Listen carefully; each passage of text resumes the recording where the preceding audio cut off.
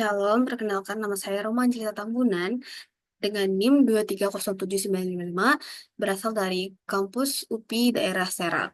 Di sini saya akan menjelaskan tentang kepemimpinan hamba. Namun maaf sekali sebelumnya saya tidak akan menunjukkan slide-slide yang bagaimana sekali karena laptop saya ini entah kenapa tidak bisa gitu ya teman-teman. Sebelumnya saya mohon maaf, tapi saya akan menjelaskan secara garis besar apa yang ada dalam PowerPoint ini. Mungkin nanti saya akan menjelaskan juga apa saya sertakan link di bawah untuk teman-teman dapat melihat PPT-nya ini ya. Oke. Apa itu kepemimpinan hamba? Kepemimpinan hamba adalah konsep kepemimpinan yang menekankan pelayanan, kerendahan hati, dan ketaatan pada Tuhan. Seorang pemimpin sejati adalah hamba terlebih dahulu. Mereka dipakai Tuhan bukan karena kemampuan sendiri, tapi karena hati yang mau dan taat dan melayani. Ada beberapa karakteristik pemimpin yang dipakai Tuhan. Ada man of prayer. Dari Kisah Para Rasul 3 ayat 1. Pemimpin harus memiliki hubungan pribadi yang kuat dengan Tuhan melalui doa. Selanjutnya ada main of faith, Kisah Para Rasul 3 ayat 6. Iman adalah kunci dalam menghadapi yang situasi yang secara manusia mustahil. Jika kita memiliki iman, maka kita akan menjadi seorang pelayan dan melayani secara efektif. Selanjutnya ada man of the word, mengandalkan dan merenungkan firman Tuhan agar semakin bertumbuh.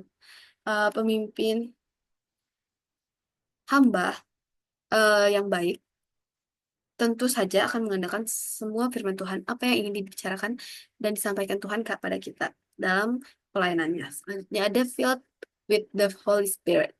Tidak cukup dengan niat baik, kita juga butuh kuasa roh agar pelayanan kita dapat lebih baik dan bermanfaat bagi banyak orang, tidak hanya bagi diri kita sendiri. Selanjutnya, ada ancaman bagi pemimpin, yaitu kepahitan dan kebencian. Contohnya ada Kain yang jatuh ke munafikan, iri hati, dan kemarahan. Pemimpin harus menjaga hati agar tetap bersih dan tulus. Itulah mengapa tadi men of prayer yang menjaga pribadi dengan Tuhan akan mungkin sangat sulit untuk jatuh ke dalam kepahitan dan kebencian ini. Selanjutnya ada Yesus sebagai teladan pemimpin hamba yang diajarkan dari Filipi 2. Yang pertama ada pelayan semua orang. Tidak peduli siapapun itu, kita harus melayani semua orang. Tidak memerintah dengan otoriter, memberi contoh lewat hidup, rendah hati dan jujur, seperti anak kecil, polos, tidak mengancam. Menjadi yang terakhir dan terkecil, tidak memaksa, memberi kebebasan memilih, tidak punya ambisi buta, mengosongkan diri dan taat sampai mati disalib. Yesus menunjukkan bahwa kekuatan seorang pemimpin sejati ada pada pengosongan diri dan menyerahkan penuh seluruh hidupnya kepada Allah. Selanjutnya ada hamba yang menderita. Yesus sebagai hamba Tuhan menderita, ditolak, namun tetap setia. Ini mengajarkan bahwa menjadi pemimpin hamba bukan berarti bebas dari penderitaan.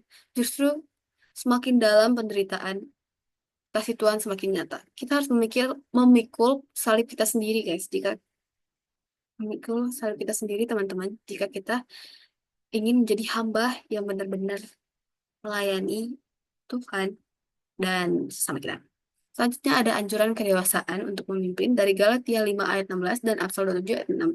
Belajar kritik. Pemimpin sejati terbuka dalam masukan demi pertumbuhannya. Selanjutnya ada jangan hidup menurut daging, tapi biarkan roh memimpin hidup dan pelayanan kita. Karena yang sebelumnya saya bilang juga, penyerahan penuh, teman-teman. Selanjutnya ada melengkapi dan melindungi dari Efesus 4 ayat 6. Yesus memberikan karunia bagi tubuh Kristus atau gereja sebagai anggota tubuh harus selaras dengan kepala, yaitu Yesus, supaya gereja menjadi efektif. Ini mungkin bisa dalam aspek pelayanan kita juga ya, tempat kita melayani gitu kan. Itu tubuh Kristus dan yang dipimpin itu tetap oleh Yesus. Selanjutnya ada sukacita sebagai seorang hamba dari Kisah Para Rasul 16. Melayani Tuhan memberi sukacita yang tidak tergantung keadaan, seperti Paulus dan gereja Filipi. Sukacita mereka berasal dari hubungan Kristus, bukan dari situasi nyaman dan aman. Selanjutnya yang penutup, kepemimpinan bukan soal posisi, tetapi soal hati. Mari kita terus bertumbuh jadi pemimpin yang mengandalkan Tuhan, rendah hati, siap menderita guys. Pikul salib kalian. penuh sukacita, dan dipimpin oleh Roh Kudus. Sekian dari saya. Mohon maaf bila ada salah dan tutur kata dalam penyampaiannya. Shalom, terima kasih.